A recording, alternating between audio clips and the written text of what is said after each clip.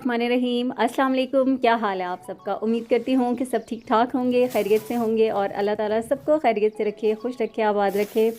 और आज की वीडियो मैंने स्टार्ट कर दी है और रमज़ान प्रेप स्टार्ट कर दी है। तो आज की वीडियो पसंद आए तो प्लीज़ वीडियो को लाइक ज़रूर कर दीजिएगा। इंशाल्लाह आज की वीडियो में आपको बहुत सारी यूज़फुल टिप्स भी मिलेंगी और आप भी रमज़ान की जो प्रिपरेशन है ना वो उसको कुछ चीज़ों को अडॉप्ट करके कर सकते हैं इजीली। तो वीडियो को लाइक करना मत भूलिएगा। तो चलें फिर आज की वीडियो को स्टार्ट कर लेते हैं।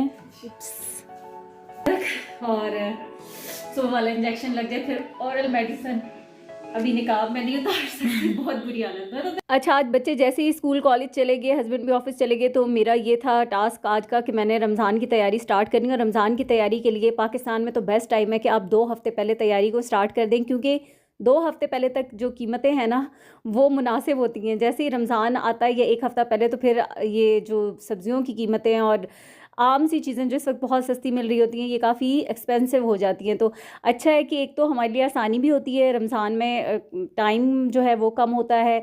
और मेरे घर में तो ऐसा है कि पिछले 3-4 सालों से, मतलब मेरे घर में क्या, जिन घरों में बच्चे बड़े 9th-10th के बच्चे, फर्स्ट ईयर सेकेंड ईयर के, तो उनका एग्ज़ाम्स का सीज़न होता है और मेरी हेल्प करने वाला होता कोई नहीं है, क्योंकि बच्चों ने बोर्ड के एग्ज़ाम्स, प्री बोर्ड देने होते हैं, वो पढ़ रहे होते हैं, अपना कॉलेज जा भी रहे होते हैं, स्कूल भी जा रहे होते हैं, रोज़ा भी होता है, तो बड़ा मुश्किल काम होता है। अच्छा, सबसे पहले यहाँ पर ना मैं पकोड़ों की तैयारी, जो कि पकोड़े हमारे घर रोज़ाना बनते हैं, आलू वाले भी बनते हैं और मिक्स वाले ज़्यादा बनते हैं। तो मैंने यहाँ पर ले लिया था प्याज, और प्याज तकरीबन मैंने 3 किलो होगा प्याज, उसको काट लिया। फिर 2 गड्डी पालक की धो के अच्छे से काट के, और 2 गड्डियाँ मेरे पास हरा प्याज था, हरी मिर्चें मैंने ले ली। इन सब को मैंने साफ़ सुथरा करके धो धुला के काट लिया और अब मिक्स कर लिया है। और पॉलीथीन के बैग्स ले लिए हैं, इनके अंदर मैं ये रख दूँगी, जो कि जब मैं पकोड़ा मिक्स भी, बेसन का भी, उसमें भी स्पाइसेस डाल के बना के रख देती हूँ, तो ये बहुत आसानी होती है। इसको फ्रीज़र में रख दूँगी, कुछ भी नहीं होता, प्याज को बिल्कुल ख़राब नहीं होता, टेस्ट भी ख़राब नहीं होगा, और कोई हेल्थ के लिए भी ये बिल्कुल भी ऐसा नहीं है कि कोई आपको नुकसान पहुंचाएगा। न्यूट्रिएंट्स जो हैं वो सेफ़ रहते हैं जब हम फ्रीज़र में रख लेते हैं। हाथों की हालत दिखा रही थी आपको, प्याज काट काट के कैसे हो गए। अच्छा, तो यहाँ पर ये हरा प्याज एक मैंने अलग से सेपरेट पैकेट बना लिया था, और ज़िप लॉक में इसलिए नहीं रखे थे कि ये बहुत ईजी रहता है कि इसी तरह से पॉलीथीन बैग में से, मतलब रोज़ाना जितना निकालना हुआ, फिर उसको बेसन में डाल के तो थोड़ी देर रख दूँगी, और फिर उसी हिसाब से मिक्सचर को मिक्स करके तो फिर पकौड़े बन जाते हैं, और बिल्कुल उसी तरह से क्रिस्पी भी रहते हैं, मज़ेदार भी रहते हैं। अच्छा, यहाँ पर ना मैं आलू भी काट रही हूँ, और आलू पकोड़ों में इसी तरह से डालते हैं हम, जैसे बच्चों को ना चिप्स की तरह के पसंद होते हैं। तो मैंने ये वाला कटर ले लिया था और इनको इस तरीके से आलूओं को भी काट लिया था कि अगर मुझे फ्राइज़ के तौर पे इस्तेमाल करने हुए तो भी ठीक है, और चिप्स में पकोड़ों में डालने हुए होंगे तो भी उसके लिए भी ये बेस्ट है। मतलब कभी ऐसा भी होता है ना कि टाइम कम होता है, हम जैसे लोग जो वीडियो भी बना रहे होते हैं तो बहुत सारे कामों का बर्डन भी होता है, तो इसलिए ये सबसे बेस्ट तरीका है। यहाँ पर मैंने जब आलू छील लिए, दोनों तरीक़ों से मैंने, जो आलू वाले पकोड़े होते हैं ना उनके लिए भी काट लिए थे। अच्छा, ये टोटल 5 किलो आलू थे। अभी मैं मज़ीद भी बना के रखूँगी, लेकिन आज की वीडियो में आपके साथ ये वाला ही शेयर कर रही हूँ, ठीक है। फिर मैंने पानी बॉयल होने के लिए रखा, उसमें नमक डाला है 2 टेबल स्पून, और ये आलू इसके अंदर मैंने डाल दिए। 3 से 4 मिनट उबलते हुए पानी में इनको पकाना है, यानी कि पानी उबल रहा हो, और बस फिर फ़ौरन से ठंडे पानी में, और फ्रिज वाला ठंडा पानी लेना है, और उसमें फ़ौरन से आलूओं को डाल देना है।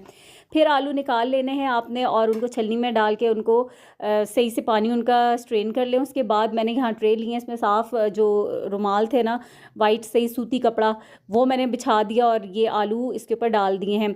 अच्छा, आसान तरीका ये है कि अगर सहन है या छत पे आप चारपाई पे एक मोटी सी चादर बिछा दें, सूती चादर, और उसके ऊपर डाल दें ज़्यादा क्वांटिटी में बनाने। और रोज़े में ये होता है कि जो छोटे बच्चे होते हैं उनको माएँ कुछ ना कुछ बना के उनको देना ही होता है, उनका तो रोज़ा नहीं होता छोटे बच्चों का। तो ये चिप्स फ्राइज़ रखे हों आपके बने हुए ना, तो फिर आप ये बच्चों को भी बना के दे सकती हैं। मतलब आसान तरीका है, क्योंकि रमज़ान में काम खाने पीने का तो बढ़ता ही है, वो तो लाजमी बात है। सहर अफ्तार सारी रूटीन जो है वो डिफरेंट हो जाती है। फिर दिल करता है कि इबादत ज़्यादा से ज़्यादा की जाएँ। वैसे तो नॉर्मली 5 वक्त की नमाज़ पढ़ते हैं, कुरान पाक पढ़ते हैं, लेकिन रमज़ान में दिल करता है कि ज़्यादा से ज़्यादा कुरान पाक की तिलावत की जाए, तस्बीहात की जाएँ, तो फिर उसके लिए टाइम जो है ना उस वक्त हमारे पास बच जाता है, जब पहले से ये वाली प्रेप करके रखी हो। अच्छा बिल्कुल ठंडे होने चाहिए, खुश्क ड्राई करके। तो मैंने अभी ज़िप-लॉक में डाल के रख दिए, 1 kg के ज़िप-लॉक थे। तो आप लोग ऐसे भी कर सकते हैं कि ट्रे में रखें, फ्रीज़ करें और फिर उसमें डाल लें। अच्छा मेरा बॉक्स फ्रीज़र है तो इसलिए उसके हिसाब से मुझे फिर ये कन्वीनियंट रहता है। अब मैं पकौड़ा मिक्स का मिक्सचर बना रही हूँ, जिसमें मैंने लिया है आधा कप कुटी हुई लाल मिर्चें ली हैं, फिर एक पूरा पैकेट था 50 ग्राम का कसूरी मेथी का।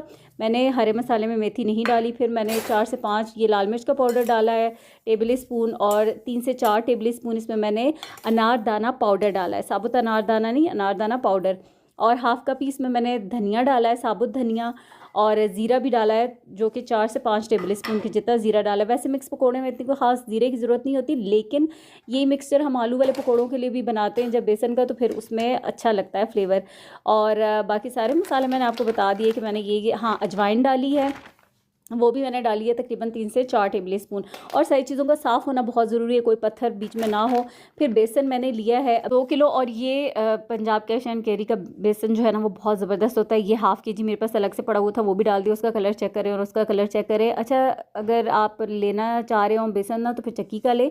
बाकी जो ये बेसन मिलता है, बेसन अच्छा ना हो तो पकौड़े कभी अच्छे नहीं बनते। ये मसाले जो थे मैंने इनको दरदरा सा पीसा है, बहुत बारीक पाउडर तो बिल्कुल नहीं करना, सिर्फ दरदरा, जैसे साबुत धनिया होता है तो वो खुल जाता है, इतना मैंने इनको पीस के और अभी इसके अंदर डाल दिया है। पहले मैंने बेसन को भी अच्छे से हाथ से मिक्स किया था ताकि जो भी गुठलियाँ हैं ना वो टूट जाएं। अभी मुझे लगा कि इसमें थोड़ी सी ना मुझे मिर्चों का इस्तेमाल और करना चाहिए, तो वो भी मैंने डाल दी थी। मैंने आपको बताया था कि पाउडर मिर्चें भी मैंने डाली हैं 3 से 4 टेबल स्पून, उससे थोड़ा सा कलर अच्छा आता है। थोड़ी सी अजवाइन भी मैंने लास्ट में डाली थी। और बस ये पकौड़ा मिक्स मेरा तैयार हो गया, बना के रख दूँगी। अभी तो मौसम बहुत अच्छा है, इसको किचन में रखूँगी, वरना जब गर्मियों में मैं ये बनाती होती हूँ तो फिर मैं फ्रीज़र में रख देती हूँ बॉक्स को। अच्छा यहाँ पे टमाटर मैंने काट लिया, और ये भी 5 किलो टमाटर थे, छिलका उतार के इनको मैंने स्लाइस में कटिंग कर लिया। मुझे जो टमाटर का जो पेस्ट बना कर रखते हैं ना पका के, मुझे उसका फ्लेवर अच्छा नहीं लगता। जिस खाने में डालें सारे खानों का एक ही जायका, एक ही टेस्ट आ रहा होता है। तो जो साबुत अगर टमाटर भी फ्रीज़ करें तो वो भी एक झंझट ही होता है कि जब उसको निकालो फ्रीज़र से, छिलका उतारो, फिर पीसो, फिर डालो। तो मुझे सबसे आसान ये था कि बस ये तरीका सबसे बेस्ट है कि मैं इसका छिलका उतार के इनको स्लाइस में कट कर लूँ, गोल काटेंगे जैसे भी, और इसको ना मैं बॉक्सेस में डाल के फ्रीज़ कर दूँगी। तो जब भी मुझे ज़रूरत होगी ये टमाटर मैं निकाल के डाल लूँगी, उसमें ना छिलके का झंझट होगा, ना ही टमाटरों का जो जायका है वो ख़राब होगा, और वो जो पका हुआ टमाटरों का पेस्ट होता है ना, वो उससे आसान और बेस्ट तरीका तो ये है। आप लोग भी ट्राई करके देख लीजिएगा। तो बस ये 5 किलो टमाटर थे जो कि अभी मैंने इन दोनों बॉक्सेस में डाल के रख दिए हैं। आप चाहें तो किसी पॉलीथीन बैग्स के अंदर भी डाल सकते हैं, ज़िप-लॉक में भी डाल सकते हैं। फिर यहाँ पर मैं हरी चटनी बना रही हूँ जो कि रमज़ान में मस्ट होती है, और वैसे भी मस्ट ही होती है हमारे घर में। तो अच्छा मैंने 4 गड्डी पुदीने के लिए, जिनको अच्छी तरह से धो के वॉश किया था। फिर धनिया लिया, एक बड़ी गड्डी थी धनिया की। लहसुन के मैंने तकरीबन 12 से 15 जवे लिए। लीमू आपके सामने ही थे, हरी मिर्चें डाल के चटनी बना के रख दी है। और यहाँ पर ये जो प्याज मैं काट रही हूँ ना, ये मैं फ्राई करके रखूँगी। अच्छा उसके लिए एक टिप आप देखें कि मैंने उबलते हुए पानी में ना, ये जो आलू वाला ही था, उबलते हुए पानी में ये प्याज डाला आधा, और मैंने सिर्फ 30 सेकेंड होंगे, ये 1 मिनट में बस उसको निकाल लिया। पकाना नहीं है हमने, सिर्फ निकाल लेना है। उसके बाद उसका पानी मतलब छान लिया, और ये देखें इस प्याज को मैंने ब्राउन किया, तो इसका कलर भी इतना खूबसूरत था और इसका जायका भी बहुत अच्छा था, क्योंकि आजकल प्याज बहुत ज़्यादा तेज़ है। तो मैंने दोनों एक्सपेरिमेंट किए थे, यानी कि हाफ़ को मैंने इस तरह से पानी से निकाल के फ्राई किया था और हाफ़ को वैसे ही किया था। तो जो पानी से निकाल के किया था उसका कलर कितना खूबसूरत है, और ये जो मैंने वैसे ही किया था ना, जैसे काट के बस सिंपली फ्राई कर लिया, तो वो ये इस तरीके से था। अच्छा अब क्या है कि प्याज को हमें क्रिस्पी रखने की तो कोई ज़रूरत ही नहीं है, क्योंकि जब हम किसी बिरयानी में डालेंगे, ग्रेवी वाले सालन में डालेंगे, तो वो तो वैसे ही घुल जाना है। तो इसलिए इसकी टेंशन ना लें कि प्याज क्रिस्पी रहेगा कि सौगी हो जाएगा। ज़ाहिर है ऑयल के अंदर फ्राई करेंगे तो सौगी तो हो गई, ऑयल कौन सा जमता है, वो तो नहीं जमता ना, तो फिर ऐसे ही रहेगा। लेकिन अभी ये बहुत क्रिस्पी है।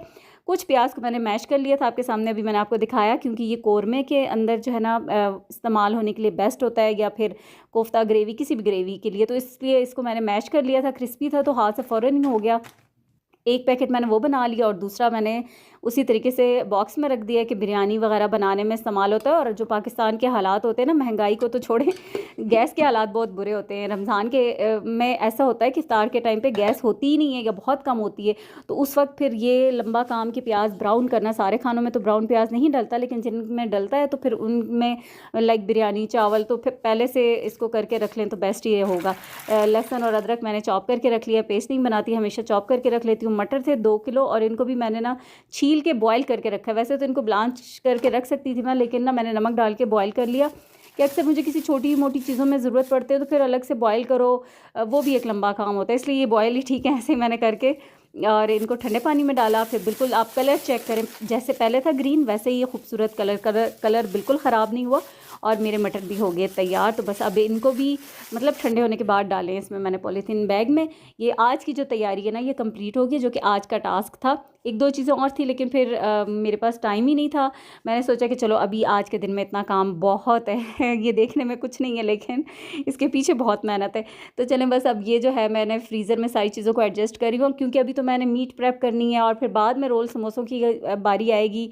तो वो सारी चीज़ें भी आपके साथ शेयर करती रहूँगी जो कि मैं अपने घर में बनाती हूँ और आसान भी होती हैं। और दूसरा ये कि रमज़ान में बहुत सहूलत आसानी होती है। उसके बाद रात में मुझे जाना था डॉक्टर के पास और मुझे इंजेक्शन लगवाने जाना था। तो मारूफ़ तो नहीं जा रही थी क्योंकि बहुत दूर था, तो किसी भी क्लिनिक से मैं लगवा लूँगी। इंजेक्शन ही लगवाना था, अभी एक लगेगा और एक मुझे मॉर्निंग में लगवाना है। तो अभी यहाँ पर कैनुला पास हो रहा है और जो कि मेरी वेंस जो है ना बहुत मुश्किल से मिलती हैं, बहुत बारीक होती हैं, तो बड़ा प्रॉब्लम होता है। तो बस चले अभी तो इंजेक्शन लगा रही हूँ।